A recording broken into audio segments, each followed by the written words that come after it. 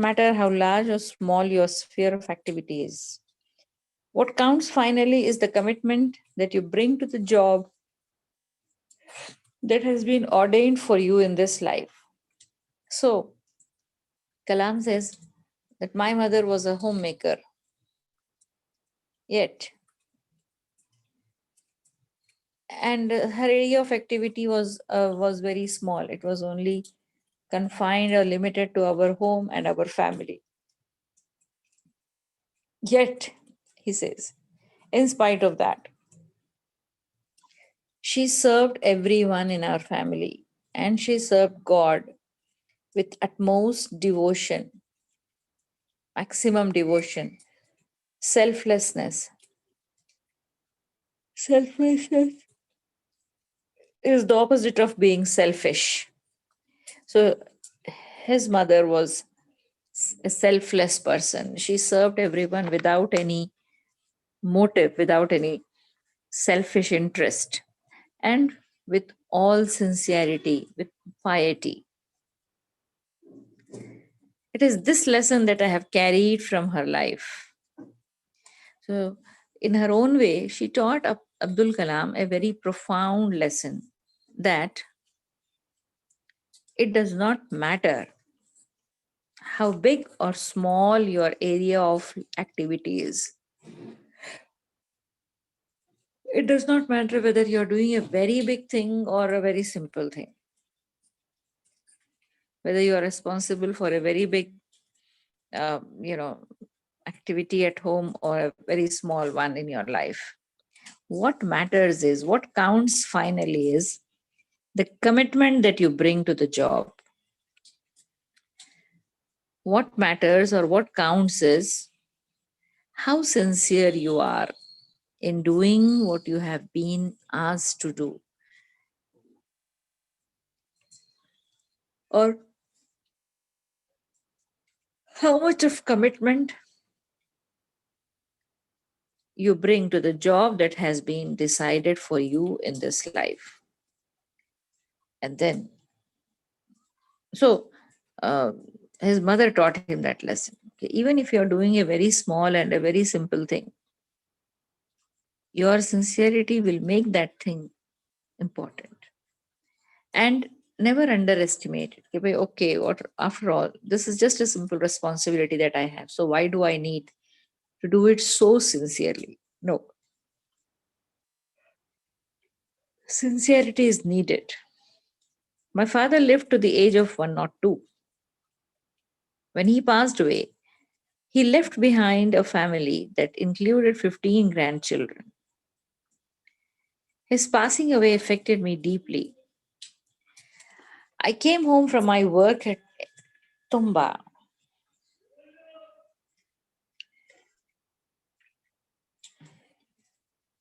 and sat by my mother for a long time. When I had to leave, she blessed me in a choked voice. So he says, when his father died, he came home.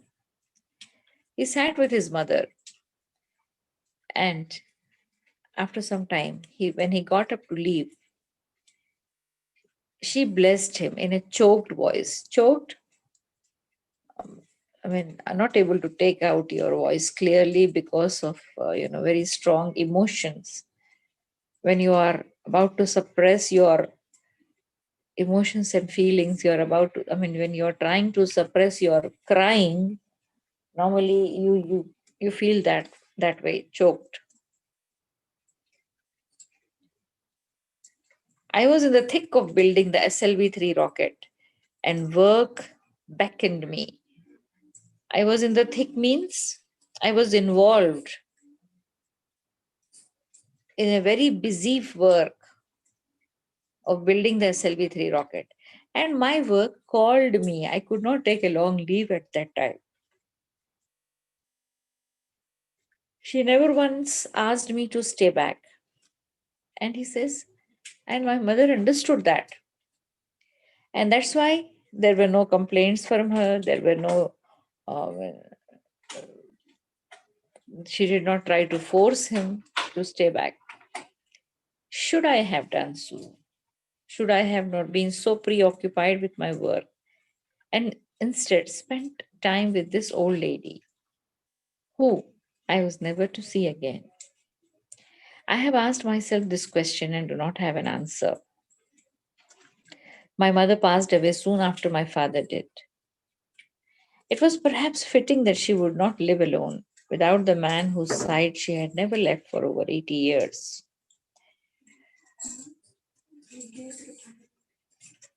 Okay. So he says, I left soon after my father. I mean, he came for a very short time to attend his father's funeral. And when he was about to leave, his mother did not stop him. She did not even complain to him about, going back so soon.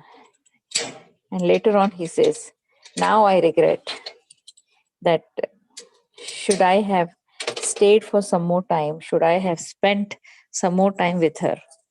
Because he says, as soon as, in a very few days after his father's death, his mother also expired. So he did not get a chance to meet her again.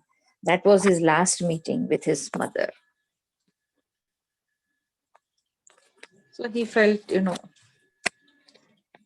sorry. But he says, in a way, it was good that she passed away soon after his father did, because Kalam knew that his mother could not live alone in this world. She was so close. She was so close. She was so attached to his father that he knew that she could not live without him. It was perhaps fitting. Fitting means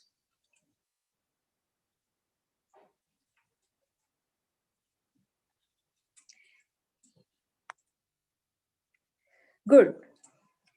It was perhaps fitting that she would not live alone without the man whose side she had never left for over 80 years. So, after having spent such a long time with her husband, he knew that his mother could not live alone, and that was good also. If she had lived, her life would have been very painful. After I received the news of her passing away, as I made my way to Rameshwaram, memories of her assailed me. He says, again, when I came back to Rameshwaram to participate in the funeral rites of my mother, he says, when I came here, this time there was nobody to receive me.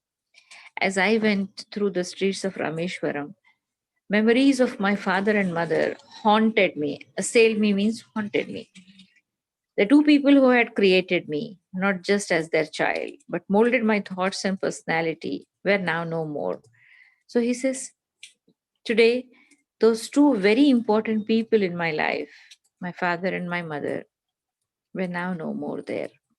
These were the two people who had not just created me physically, but also molded my thoughts, personality, etc., were now no more. I would have to live out the rest of my life without their guidance. But I knew one could not have lived long without the other. And that is what comforted me as I returned to the mosque where I had learned to pray with my father. So he says, okay, no doubt my mother was not there. But I also knew, okay, whoever might have gone first, incidentally, it was his father who left first. And he knew his mother could not live without his father. If the if the reverse had happened, it would have happened the same way, he says. That means if his father had gone first, sorry, if his mother had gone first, his father also could not have lived long. And this comforted him because, see, if they were left to live alone, it would have been a very painful experience for them. So he says, but I knew one could not live One could not have lived long without the other. And this is what comforted me as I returned to the mosque where I had learned to pray with my father.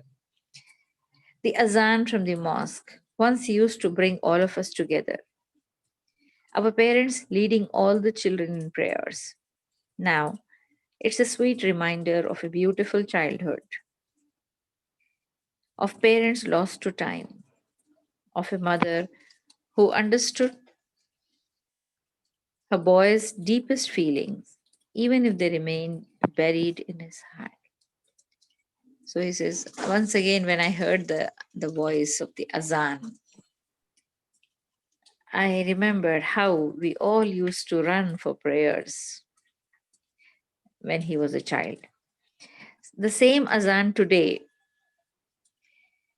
brought only the memories of those two people, his father leading the family in prayers, his mother, standing up to offer prayers.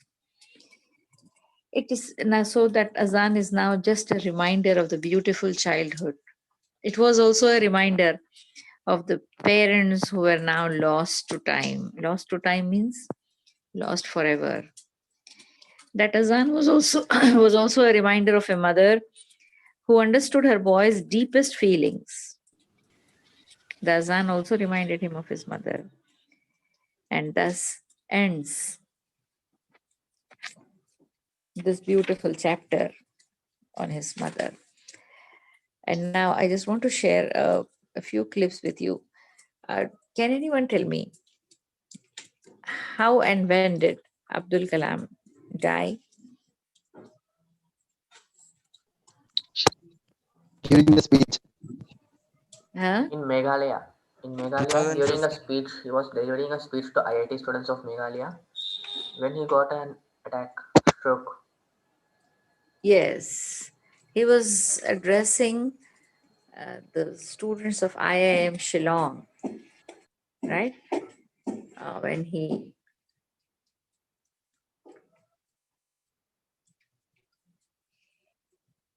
got this, when he got the heart attack suddenly and he collapsed. I'll share that last picture of APJ Abdul Kalam also with you. See, 2000. it's just a few minutes before he was giving a speech and then suddenly he falls down.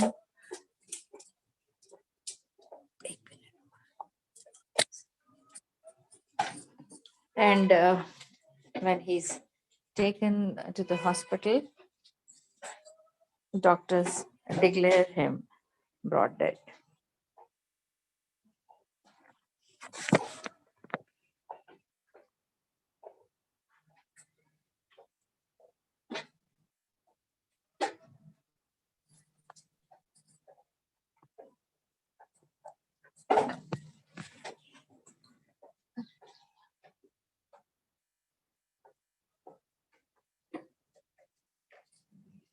And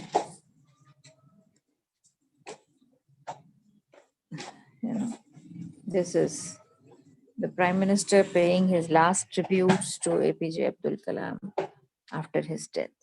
So that was the end of a very important chapter in the history of India. Now, inshallah, next week we will start module 2 because we have done module 1. There is one story also to be read. Inshallah, we will do it next week, Thursday. And children, please, I request you to join early. See, I find only 56 people because the weather is so cold and chilly outside. All of you are comfortably sleeping, right? No, Oh, ma'am. But you see, it's very difficult to repeat anything now. The time we don't have enough time, so I request all the boys to be to be present. Okay. Chaliye. See you all inshallah next week. Allah Hafiz.